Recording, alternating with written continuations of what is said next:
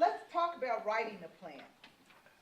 So what you have in front of you are two pieces. One, it says, First Communications Plan for First Example Presbyterian Church. I want you to pull that out.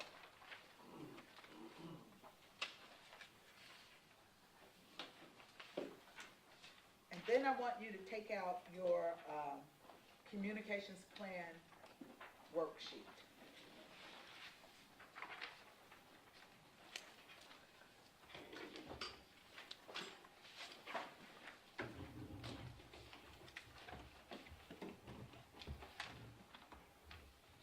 So one says First Example Presbyterian Church. You got that? And then you got your Communications Plan worksheet. This is not enough conversation. Okay. So this is where, if you're with the same congregations, you might want to get together.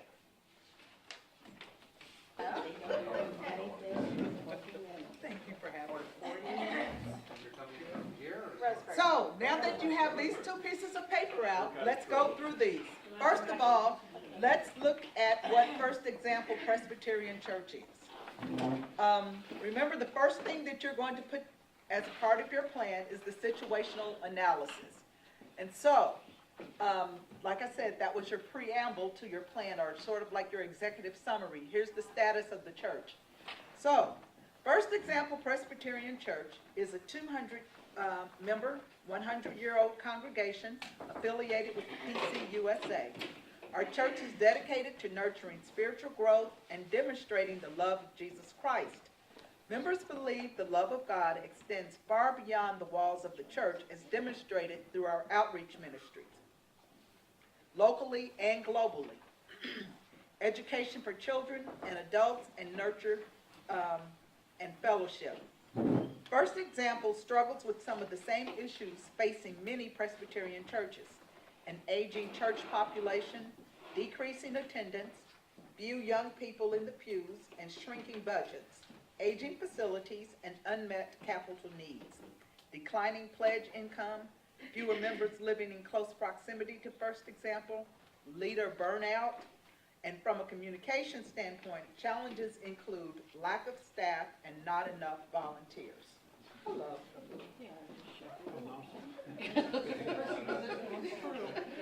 That's a depressing thing. Here's where we are. All right, so we're supposed to, well, kids, we can't talk Presbyterianese. That was just about the most Presbyterian statement I've ever. Yeah. But that, unfortunately, that's the situation with a lot of churches around the country. So what you're going to do, how did we develop that statement? First of all, take your worksheet out. And your name is? So the way we're going to do this is, and for the overachievers, don't jump to the top of your page. That's the last thing you're going to do. So the first thing that you're going to do to develop this situational analysis is to look at what are some of your church's strengths. Somebody tell me some of the strengths here at First Pres. High level of involvement. High level involvement of whom?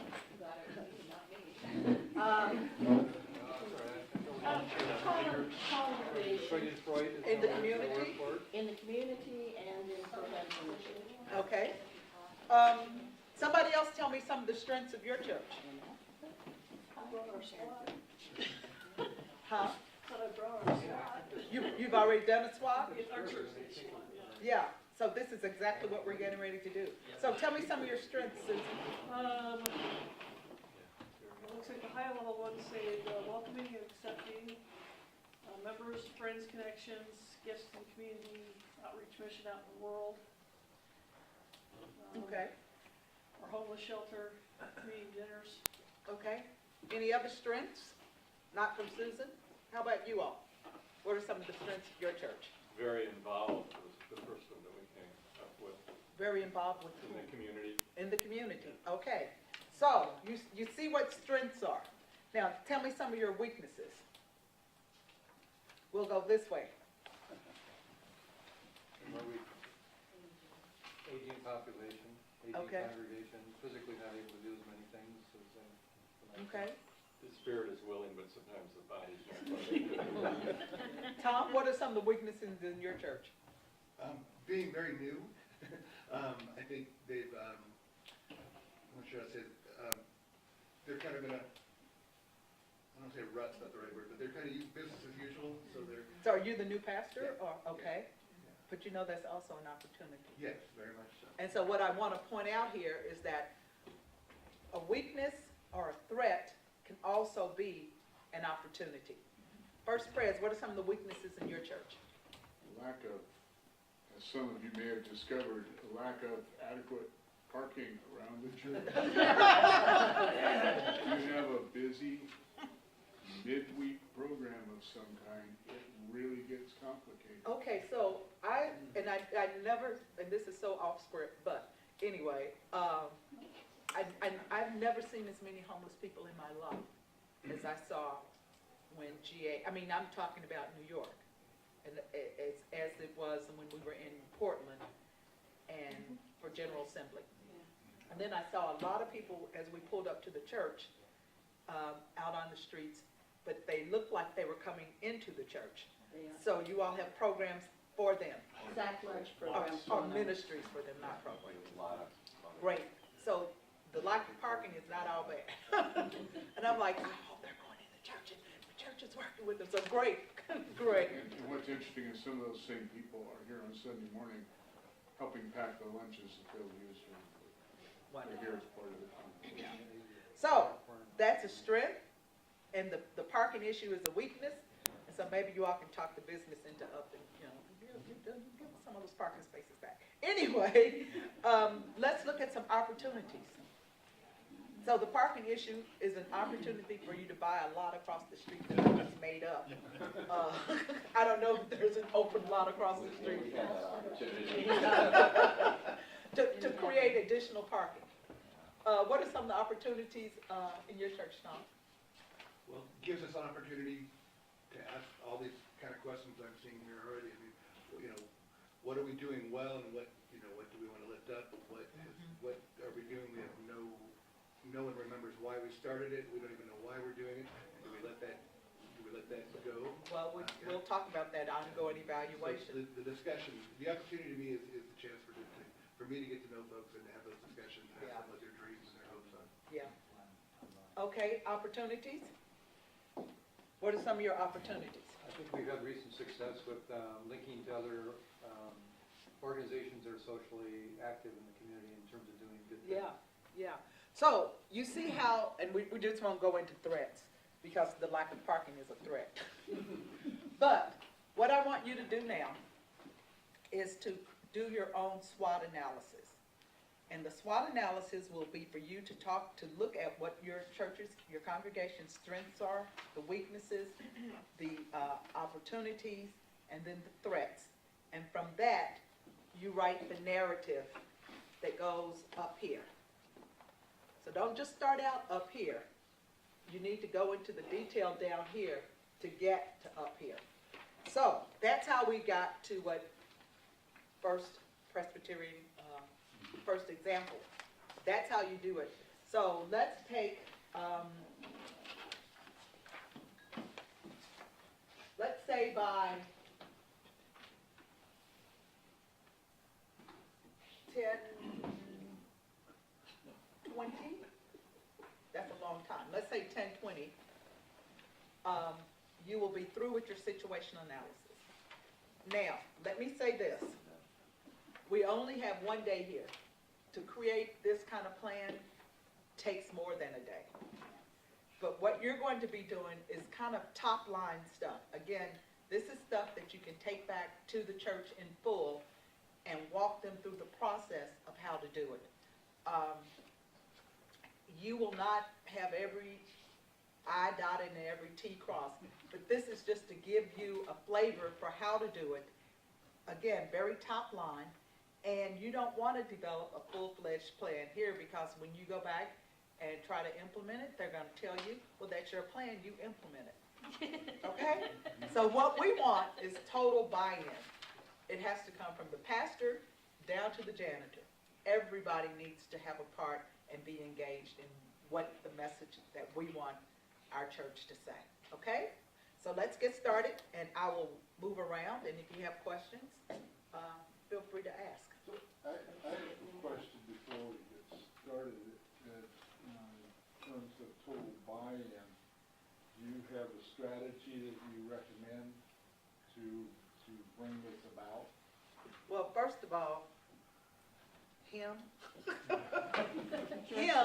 is going to have to be supported. And then all of you are going to have to be supportive of him, because you can't just leave him out there by himself. So He's the leader. right. But The leader is out there by himself, he's just taking a walk. the leaders, we need to prop our leaders up on both sides. And so if you all are the communications team, the communications committee, communications ministry, all of you need to be in support of it. And as you talk to people, just to talk and talk it up rather than talk it down.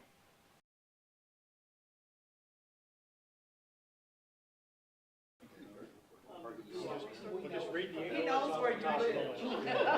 the He knows where you live, so. Okay, who's ready to share some of their situational analysis with us? Okay, Chuck. It's easier when you go first sometimes. Set the tone. Let's see, I'm sorry, the question again. You're just gonna read what you wrote for your situational analysis. Yeah, okay. Which is basically the current status of the organization. We're with Cottage Road, a 163-year-old congregation of about 100 members.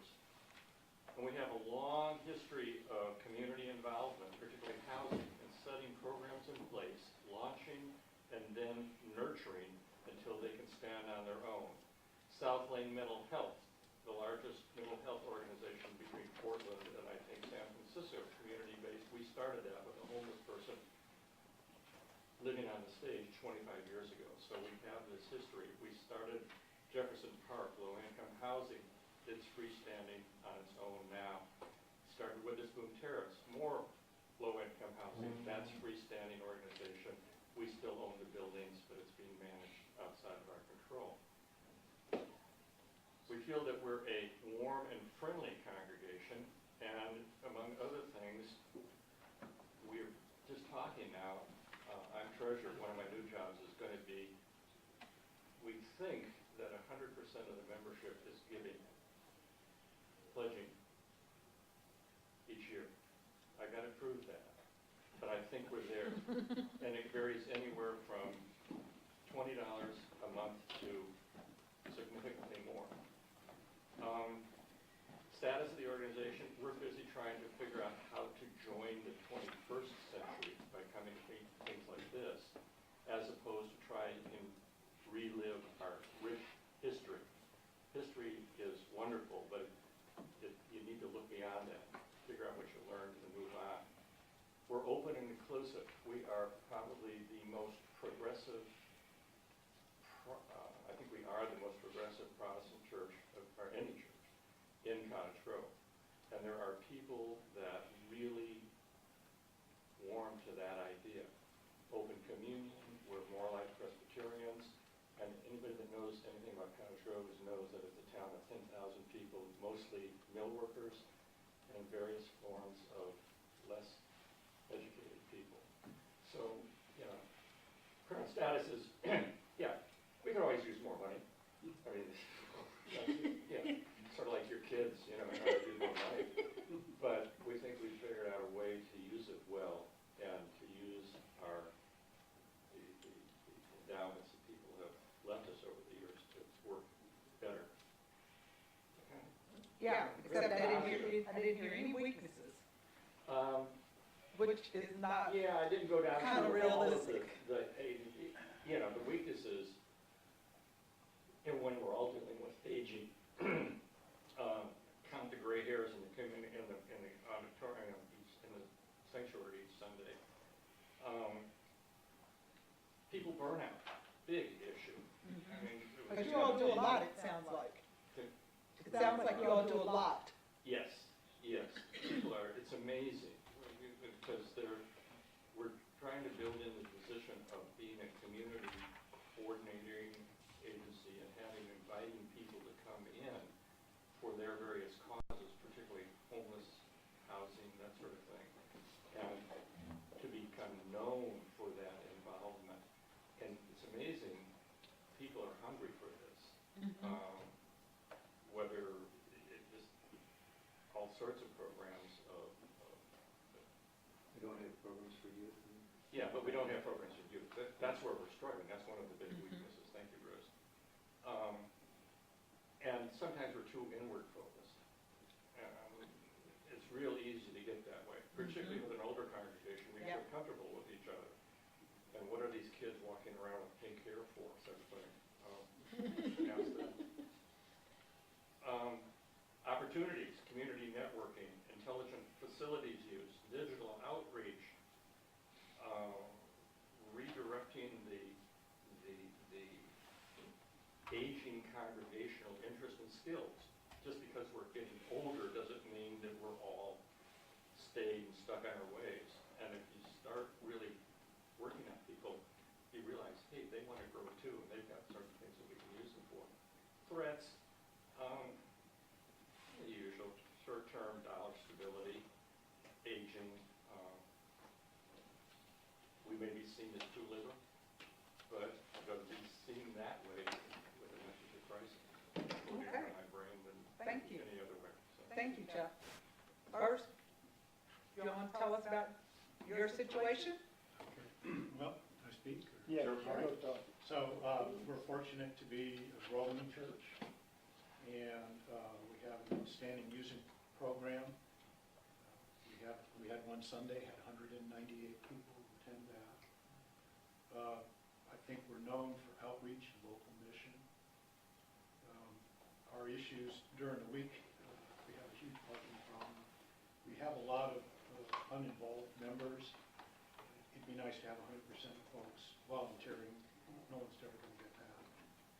We currently lack an education program, a continuing education program, and our outstanding organist is retiring, so that's going to be a real challenge. Just tell him he or she can't go.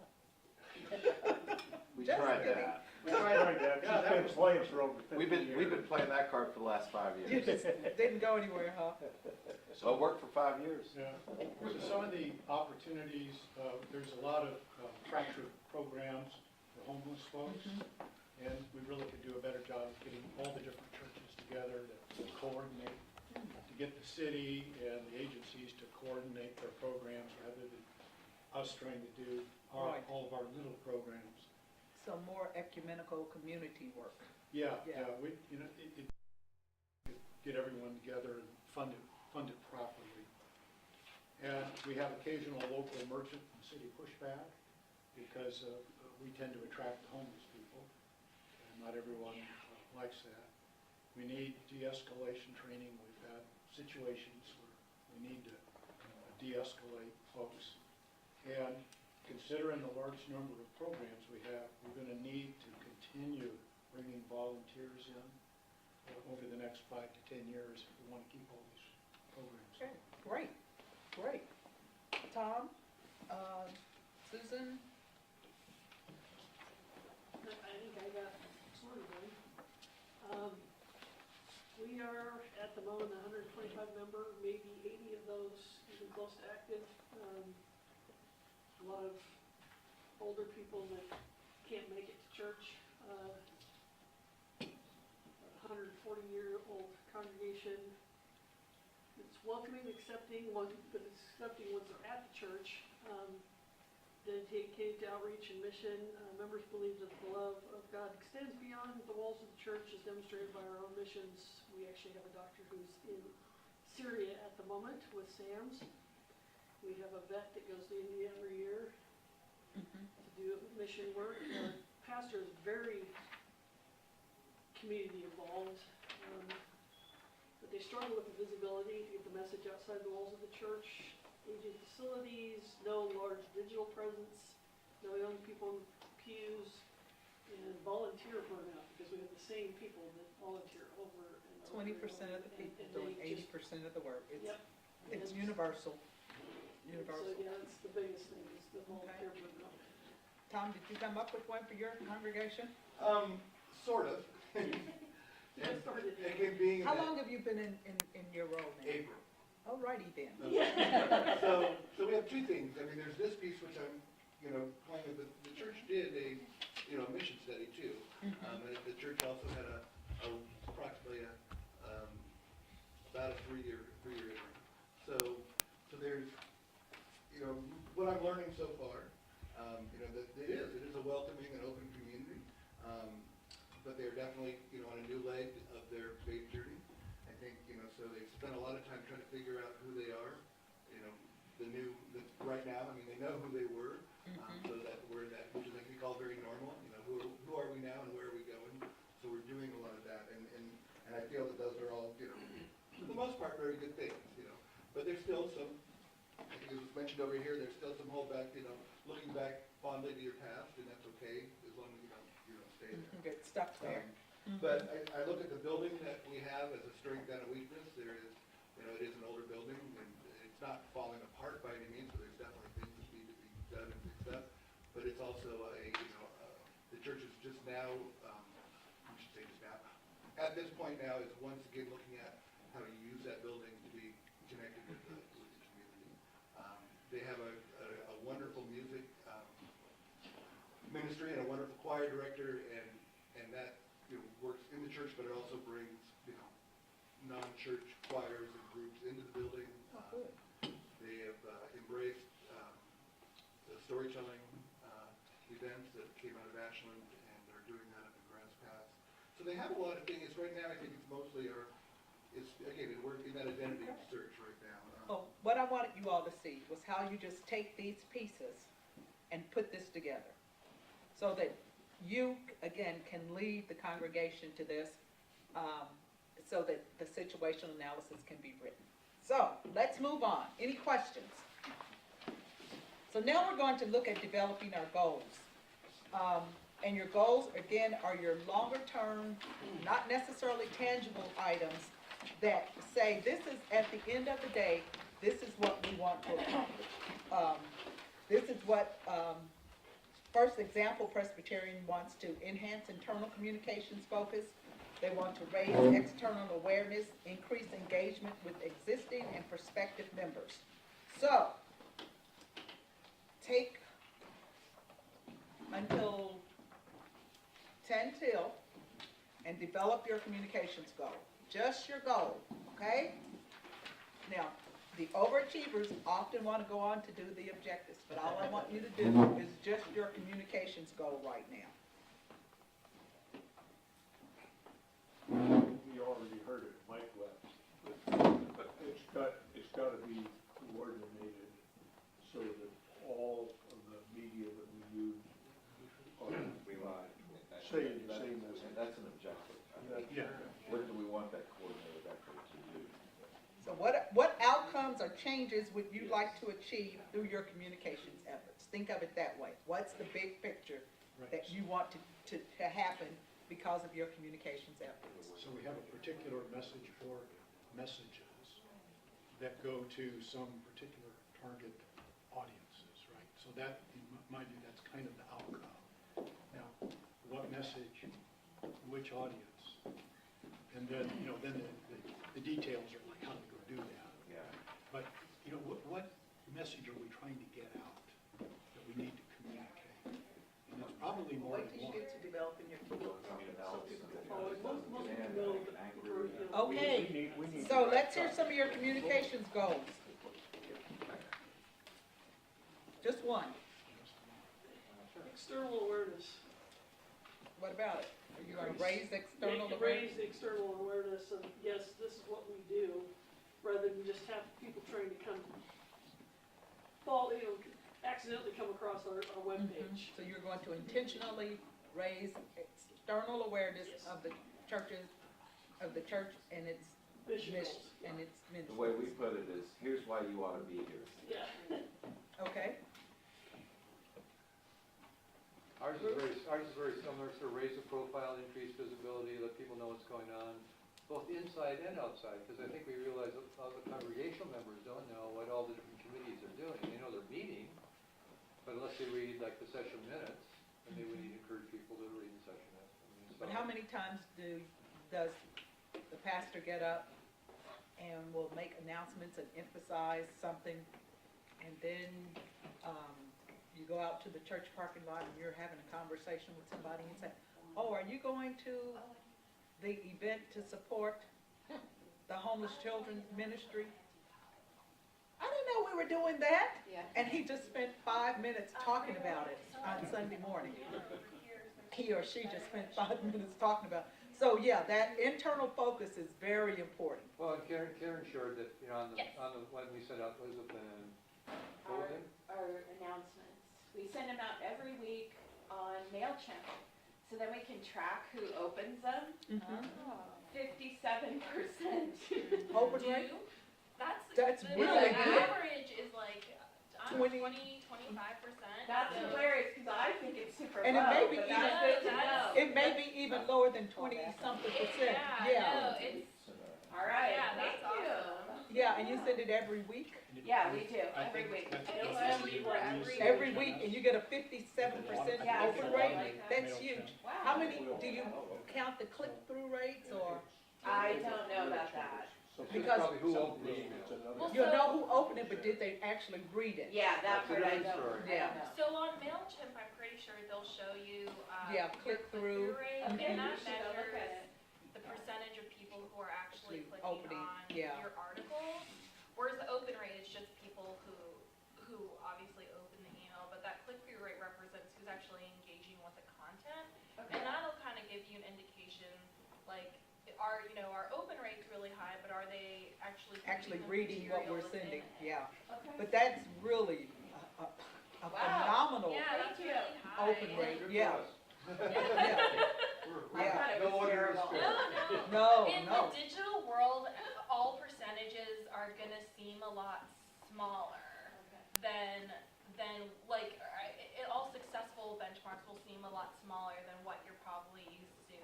To give you an idea, like, the banner ads, any advertising that you see online, at banner advertisements or otherwise, the last time I checked, the average click-through rate, so the average percentage of people clicking on those ads was like 0.08%. Wow.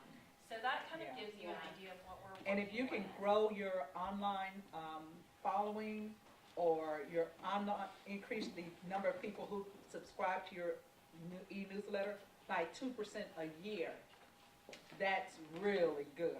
Huh. So when you say 57% open rate, Mari and I are like, woohoo! That's huge. Thanks for telling me. That's great. Yeah, that's huge. Okay. Anybody else want to share their goal?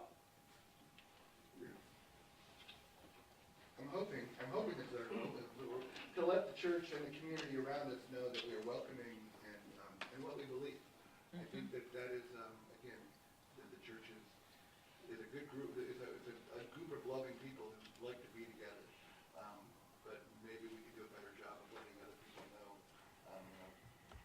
that we would like other people to be part of that, and also what we believe, that we're, are we more progressive, or are we not more progressive? I mean, we're figuring that out. But once we start to figure that out, we need to let folks know, so when they do come, they at least kind of know what they're talking about. Right, right. So now from there, I want you to take that goal and drill down and go to your objectives. And remember, our objectives are going to be SMART.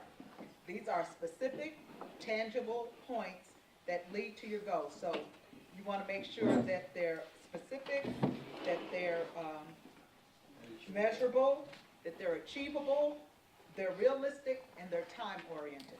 So for example, grow the youth ministry by 10% within the next, by the end of 2019, or by the end of the second quarter of 2019.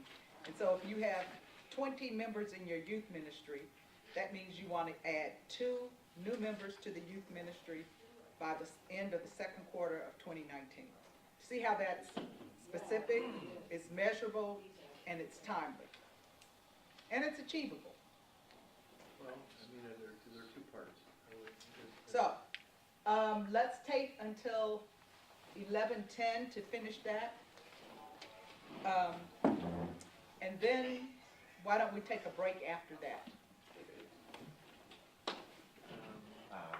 Our goals, means rather than end at the moment. I mean, like you said, we want to, shift our Facebook presence to something else. We want to set up our own.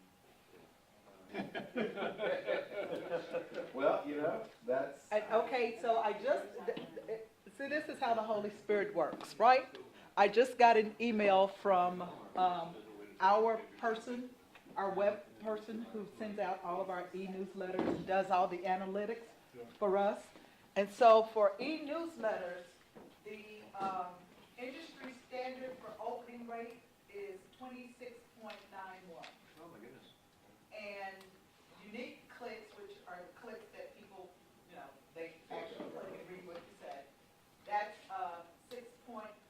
Oh, my word. For you all who are like creating a benchmark for your open rate, I would look at what your open rate is currently. Yeah, sort of. Yeah. Yeah, And and then grow kind from of there. see, yeah. Because 60% Is, could be, it sounds high, probably to Gail and I, but if you're already getting like 55%, that Yeah. would be totally realistic. Yeah, we don't know what we're getting at this point, so. But so first of all, then, one of your objectives may be to implement Do a base. a measuring, Yeah, I would do Yeah. a baseline. to develop a measuring tool or Oh, my God. a baseline. for what you're And we should have a similar goal I could for tell the you new, for the web. my blog. Before They went to- before you all started coming onto the website. Okay, again, you all today will not have all the time you need to do this exactly as it needs to be done. But I want to make sure that you can even pick up the phone and call us after we leave here. No. Pick up the phone and call us with questions. Valerie Way is our web developer, and Valerie is the guru of all analytics and knows how all this stuff works. And as soon as we get this computer to cooperate, I'm going to show you the graph that we get on a monthly basis, just showing the analytics. And this is how you keep up with this kind of information. So please feel free to call us, and we can help you to set some of these goals if that's what you're trying to do. Do you have contact information or list, names, phone numbers, emails, so we? Stay on time. So they would have to walk through. So now that you have developed your objectives, I want you to go on and do your strategies. And remember, the strategies are your approaches to how you're going to accomplish your objectives. So, for example, Karen wanted to grow her online presence by 10% by the end of 2019. I made some of that Sure, up. I like that. I made some of that up. So, the way that her strategy, one of her strategies would be to identify a service which provides online analytics. That would be a strategy. So she would want to identify a service that provides online analytics. That way she will know. And then one of her tactics would be to monitor monthly statistics. Or to do, print out the report on monthly statistics for her website. So, is that clear? Does that help you understand how it all meshes together? One could be to grow Facebook, to grow, again, your Facebook numbers, or the number of likes on your Facebook, or the number of shares on your Facebook. Again, if that's the specific goal, again, you want to make sure you have a timeline, a measurement, attainable and realistic element to each objective. And then from there, you would develop a strategy as to how you're going to actually do that. And then, yes, Karen? Well, so how would we know what's a realistic goal for our individual communities? Like, we live in a small town, it's pretty rural. compared to Medford, which is larger. And so Well, how would we- again, I would start with whatever baseline I had. Okay, And if you don't have a baseline, then do some research and find out, like, we will be able to tell you again whenever we Yeah. get to this slide, what industry averages are, what standards are. So you don't want to go and say, say you don't even have a Facebook page, and say that by the end of 2019, we want 100,000 friends. You're saying Kinda that's you're saying that's unrealistic? Just a little bit. How about 100? But if we already have a page that's realistic. But if you already have a page with 95 or 99,000 friends, Oh, that's just getting, you know, that's just getting, okay, Dream that's our big. first goal. yeah, that's just getting 1,000 more friends by the end of the year. My goal is to have more friends than Murray does. All right. So, go on and do your strategies, and if you want, let's see, it's 11:30. I'm gonna ask you to do your strategies and tactics together. And not to make that complicated. Remember that your tactics are your day-to-day steps to implement your strategies, okay? So, say your strategy is to develop a digital presence. Then you can say, create a Facebook page, or create a Twitter account. It could be something that simple. And you know what? I also want to say this, in that if you have, I don't know, some congregations, we just left Montana week before last. To be a city in Montana, you have to have 8 people. Yeah, in some parts of Montana, 8, I'm like, what? And some of their congregations had 8 people. So if you identify one thing that your church does, and your church does that really, really well, that's okay. That's okay. You don't have to try to do 1,000,005 things and not do any of them well. But if you feed the hungry and you do that really well with your 30-member congregation, that's good. So don't, you can't just do everything and then not get anything done.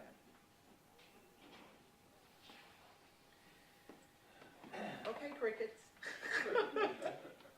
But I hope that makes sense to you. How many members do you all have? 180? Active? Yeah. Yeah. And you all have about 80 active? 100. About 100 I active? mean, I don't know, you have 100 roles and 80, what would you say? Yeah. 80? Because we have 2 services, it's actually, we have 60 in one and 20 in the other. We Mhm. don't interact a whole lot. Yeah. It's kind of sad, but, Well, and that's the problem with multiple services. One of the problems, but, yeah. It was also one of those ones, if you don't keep the one, we'll leave. Type of thing too, so it was like, okay. Yeah. But, but while it's a threat, it's now an opportunity to grow both services. So, but I just wanted to say that because some churches, when people are in these workshops, they feel like, well, they're doing all of this, then we got to be doing all this. Do what you do and do it well. And make sure, again, I want to reiterate, you cannot do this communications plan in a vacuum. All of this has to tie together with the overarching goals of the church, the overarching goals of the missions and the ministries. It all ties together, and your role is simply to learn to communicate what everybody else is doing. Okay? So let's take, I'll give you a real long time for this one. Let's take until 11:45.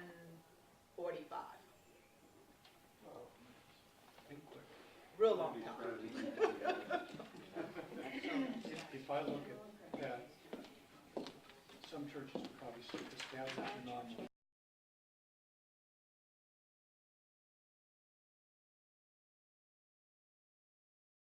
He came in and he's one of those kids that she said, Help us. Okay, I choose, And it's you know. short, simple. So when is the next time you all are meeting?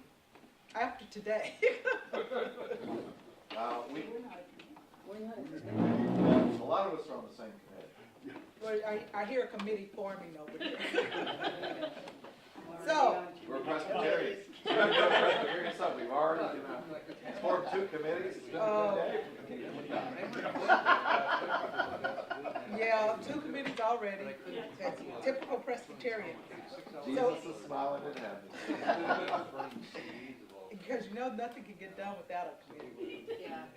So after you let's have debate done it. your tactics, the next thing you would do would be to develop your key message. And remember, we said to keep your key messages short.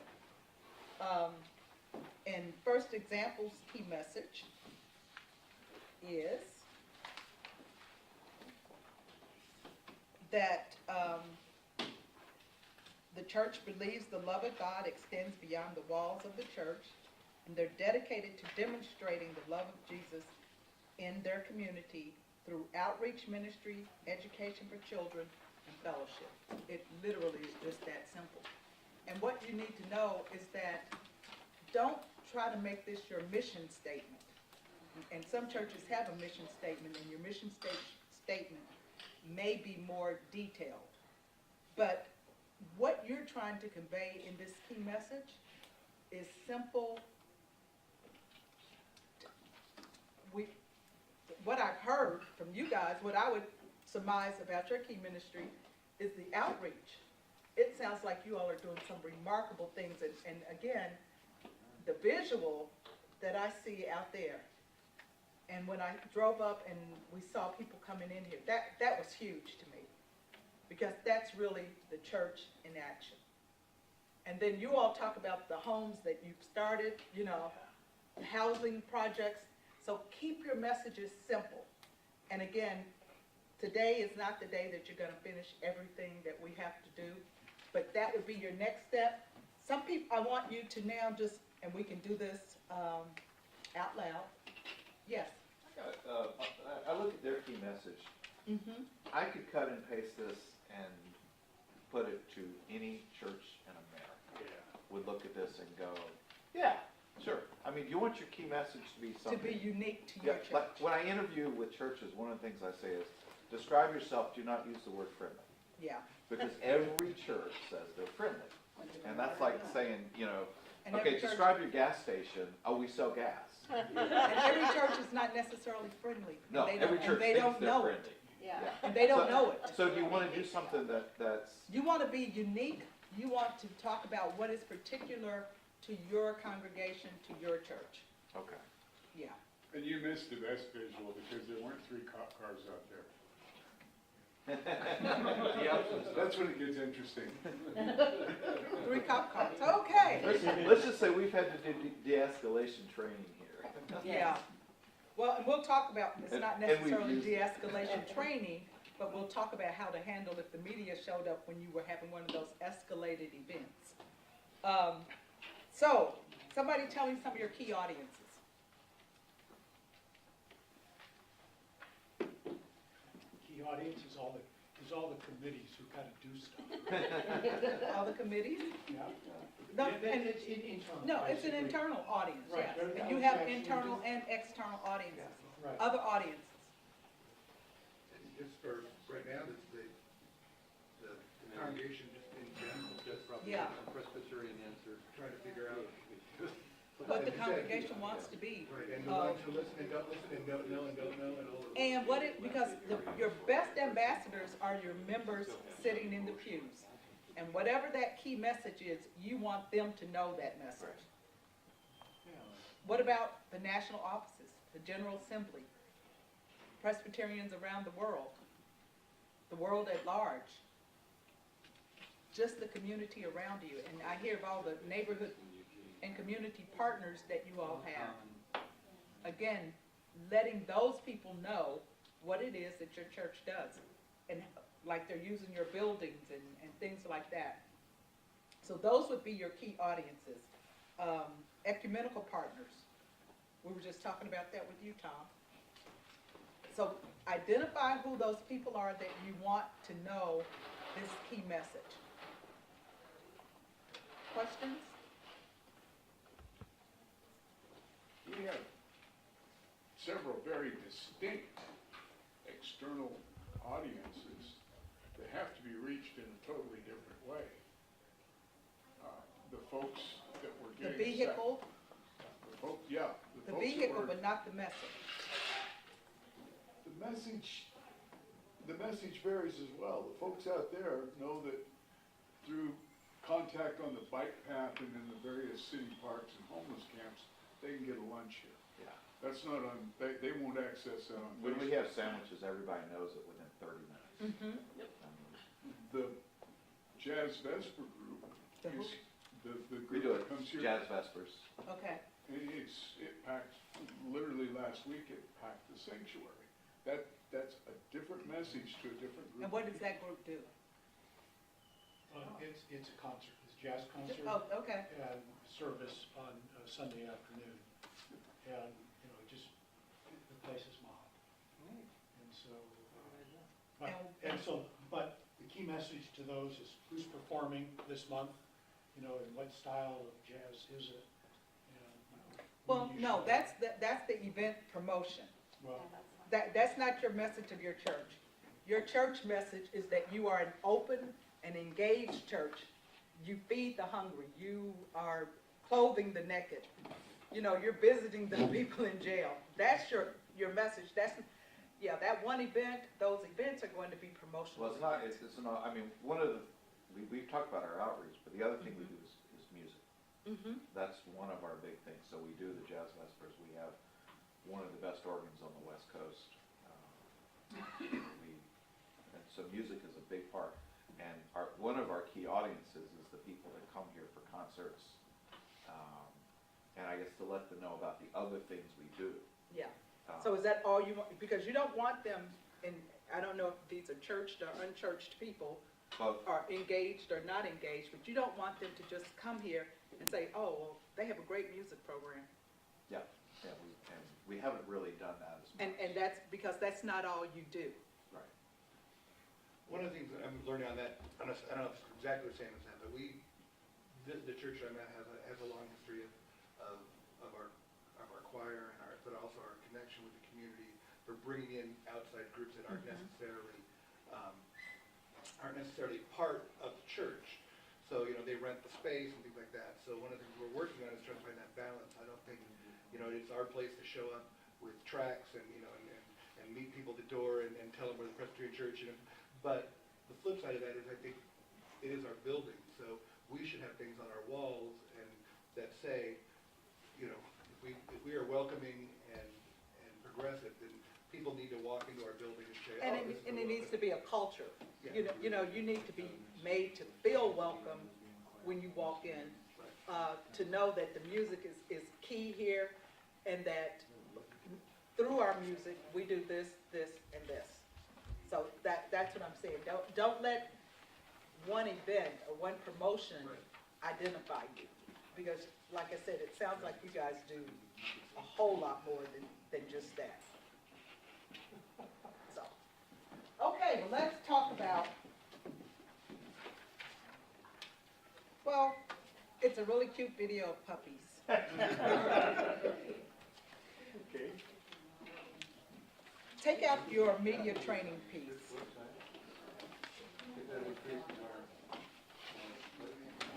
And if we get to getting that up, we'll show it.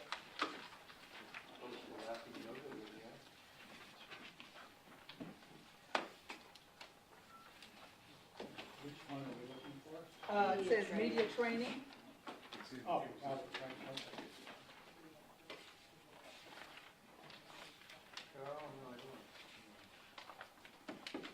I'll just move on, Steve. Like I said, get your mouse to work either.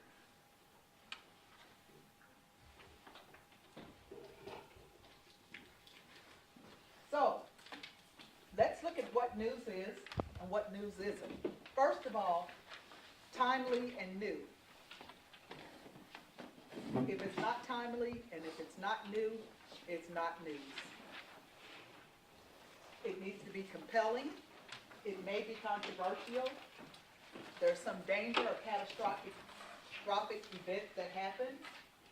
There's human struggle and accomplishment, public and community impact. And I think the last two are definitely in your wheelhouses. This is what the church does. We deal with human struggle and we see people rise. We certainly have a community impact and a public impact. How many people a year do you all feed? Do you know? I mean, it's no big deal. 25 a week. 25 a week. 325. Whoa, 325 people a week. And then how many housing projects have you all started? Three major ones, about to start another one. And you wonder how many residents have gone through that. So those are stories of impact that you have to tell. And that's what makes news. There are two ways to get your stories out. Number one, if you have a bunch of money like Coca-Cola, you can buy up all the ad space you want, or all the ad space your budget can afford. How many of you have ad budgets? And you use it for? Christmas. I was gonna say Christmas cantata, Easter pageant, yeah. But the best way for us to get our stories out is through earned media. And that's when we do a press release, or we have a press conference, or whatever way we get the media there, they cover our event for free. Meaning the story shows up in the newspaper, it shows up on the news, shows up online. However it gets there, it's free and you don't have to pay for it. It's less controlled where it goes, when it shows or anything like that, but it's free. How do we get the word out? Well, first of all, you have networks through the national church that we can help you with. How many of you subscribe to PNS, Presbyterian News Service? That goes out daily, and then there's like a weekly wrap-up that you can use to send out, and it tells everything, tells all about what's going on in the church, different stories, actually what's going on around the world. Presbyterians Today, any subscribers to that? That's the church's magazine. You can get stories in that. And then each of the ministry, and this is the slide, the email that I want to show you, has an e-newsletter, and some of them have more than one. These go out to all of their constituents. So we definitely can use those as opportunities to help get your stories out. If you've got, like, the housing projects, the homeless feeding, we can take those stories, put them in newsletters, do Presbyterian News Service stories for them, and let people know what's going on here at your church. And some of these stories even get picked up by the national news, secular news. What's the difference between religious Presbyterian news. Today and Presbyterian Outlook? Outlook is a separate, Wait, yeah, Outlook they're is, not affiliated with the denomination. yeah. I mean, they are as Right, the yeah. but they're independent of is what the word I was They're looking not for. official. They're, When you think of one of the 6 entities that make up the PCUSA, they're not one of the 6 entities yeah, that make they're up the an independent PCUSA. group. We're Okay. Presbyterian State Former College. Chapter 9 organization. Huh? Former Chapter 9 organization. Okay. Yeah, It shows my longevity in the church. yeah. So, and then the PCUSA website. If you go to pcusa.org, there is a space called Featured Congregations, and they literally run stories about featured congregations. And so things that you're doing, that's the way you let people know. Send them to us, we can put them there, and your church can be highlighted on the national website.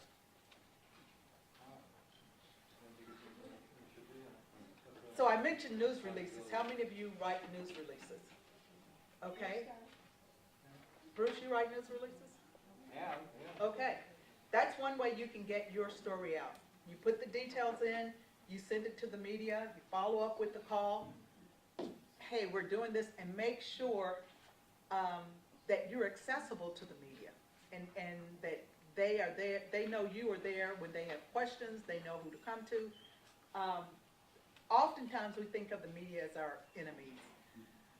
And that's being promoted, but they're not. They're not, especially for what you're doing.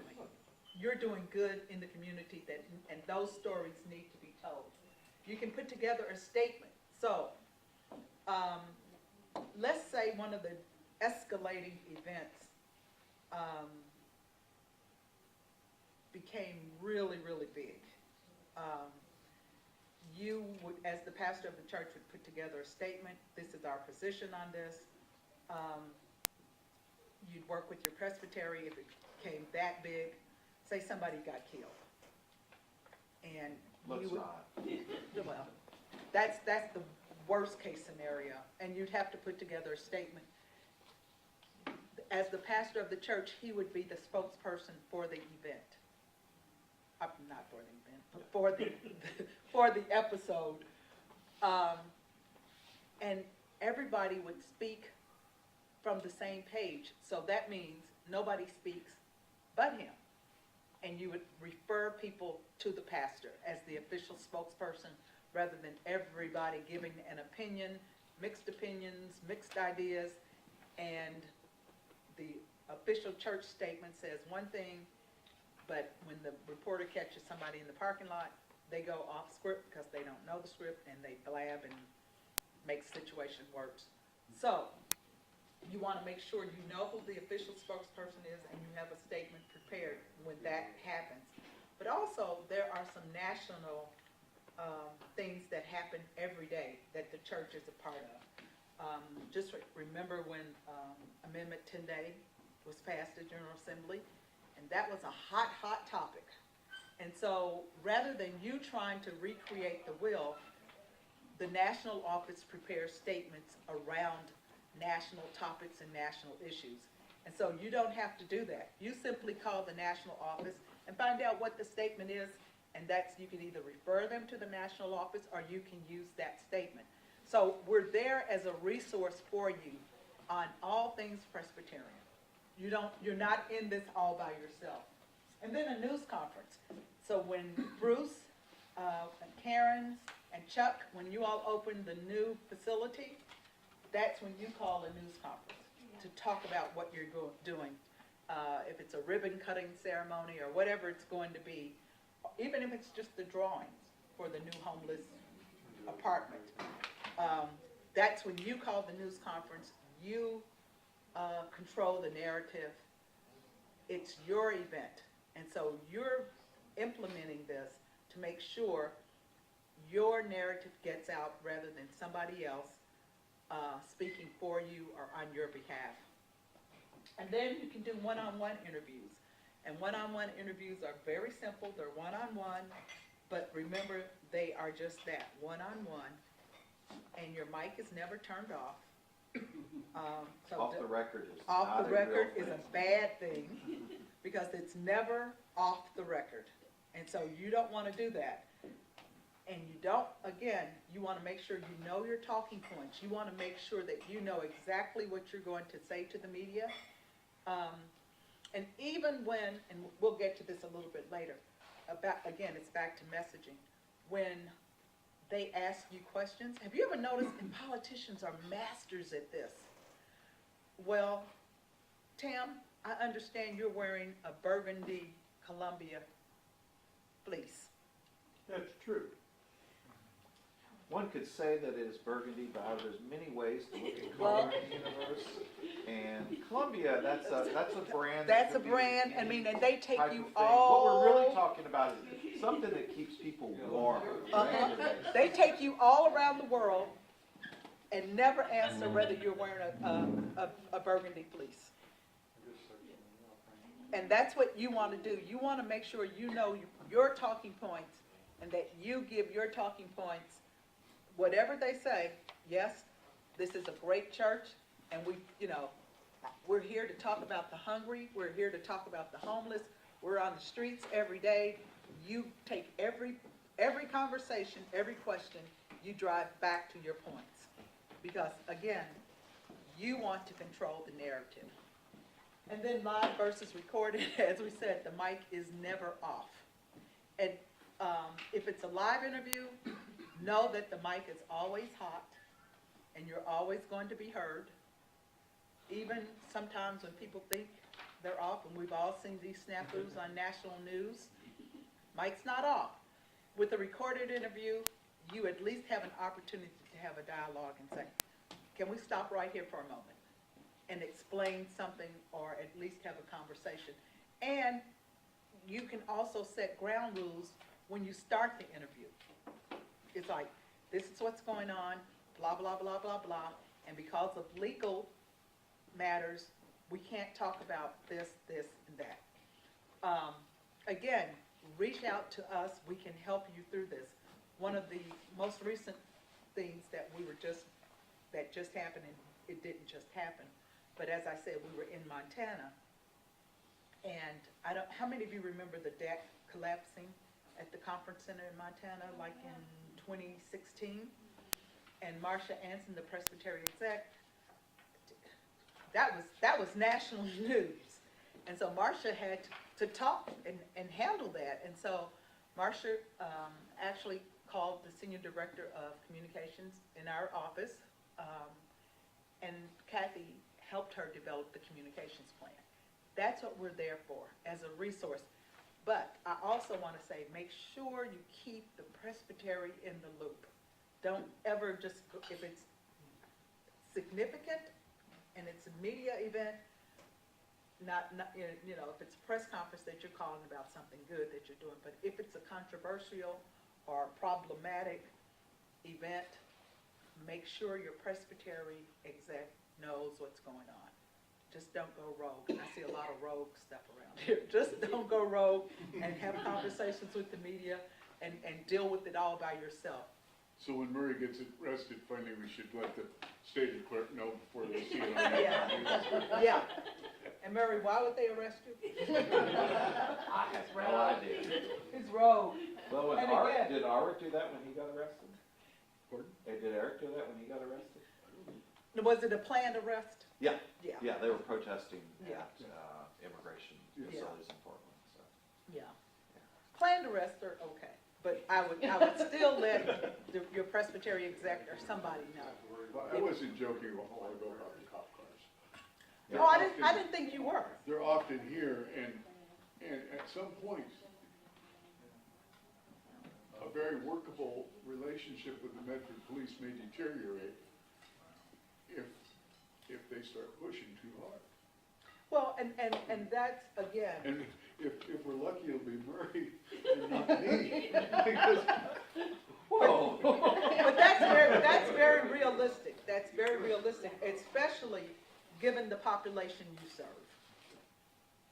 And so, his charges be less than mine. because, you don't know, as Mary said, if they're on drugs, you don't know if they haven't taken their drugs, you don't know what the mental state is. We can know when they haven't taken their. Yeah, that's what I mean. We know that one. You don't know if they're on drugs or not on drugs, it's like, you need to take your meds. And then the behavior that comes with mental health issues. And so I can imagine there being some problematic times here. But again, establishing those relationships, being out in the community as you are, and the police knowing this is the church that does this. And so, and knowing Murray and knowing the personalities here and saying, okay, they're not going to just allow us to come in here and be rough with people and do that. And so that's a part of your message. So let's say there was an escalated event here, and it caused the media to come in.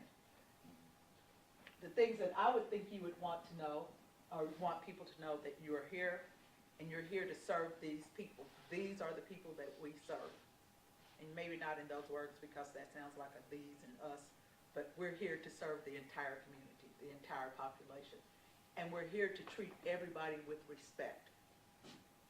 Because you do. And so we work with the police so that the police understand that when people are in here, they are to be treated with respect. And we show the love of Christ through the way we treat people. You hear all those messages? And so when they asked Mary, so why did you call the police? Well, the situation got out of hand, but we still believe the police needs to treat everybody with respect. I think somewhere I would throw in, safety for all the people, People, all the yeah. people who come here, Yeah.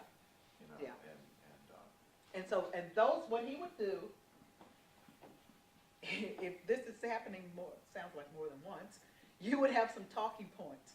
And every time this happens and there is a police issue and there are reporters, those are the things, the messages that you would get out. Because that's the key message of First and we Presbyterian. do preemptive stuff, like I'm on Yeah. the Citizens Advisory Committee for the police. Yeah, So I already know the key Yeah. players there. And I know several reporters firsthand, so. and that's what you create a relationship with them. And so I'm saying all of this to say, don't let the media control your narrative. You control your narrative, but your narrative has to be planned. And stick to those points during the interview.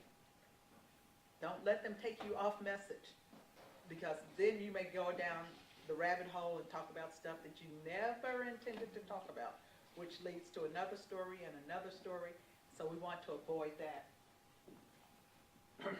And now I want you to take out this piece that says media training.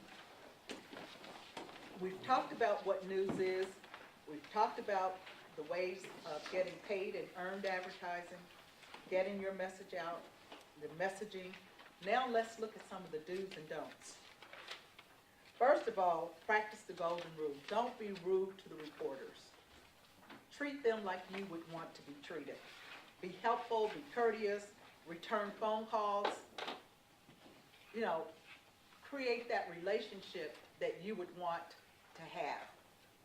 Don't lie, you know, because it doesn't take very long for them to find out that you've lied, and then you've got a real problem on your hand. Don't try to be cute and split hairs. Well, it's really not burgundy. We call it Merlot. That's the color of his jacket. You know, that's splitting hairs. And don't expect the reporter to show you the story before it's printed. So that way you want to make sure what you tell them is exactly what you want them to know, your message. Now, if I'm writing the story, I may call you and say, I want to make sure I have this right. Karen, is this what you said? Karen, I'm going to, and because there's intricacies to the Presbyterian language, I would say, Karen, maybe take a look at this. But reporters won't do that. Be accessible. You need to be available if the reporters need to call and ask questions. Be prepared. Again, don't shoot from the hip. If it's a big event, if it's a catastrophic event, you want to know what you're talking about. Have you all had wildfires and stuff here where the churches have been involved in helping? You want to know that.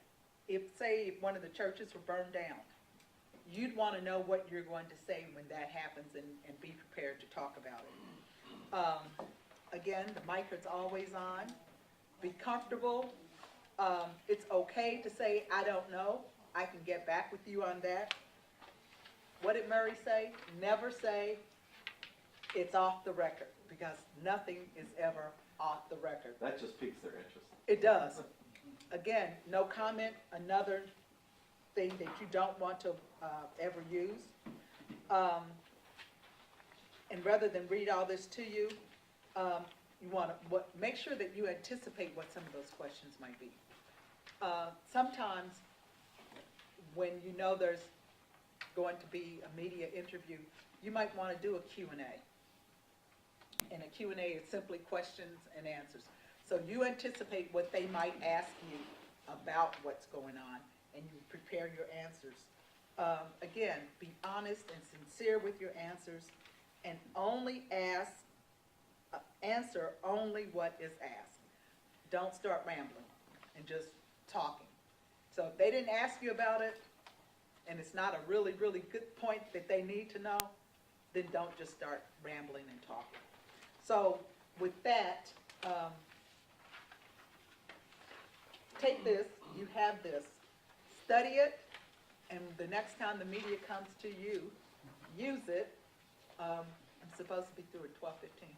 So I want to be mindful of your time, because we have lunch, and then you have the sexy part of social media and web development, which we all think we know.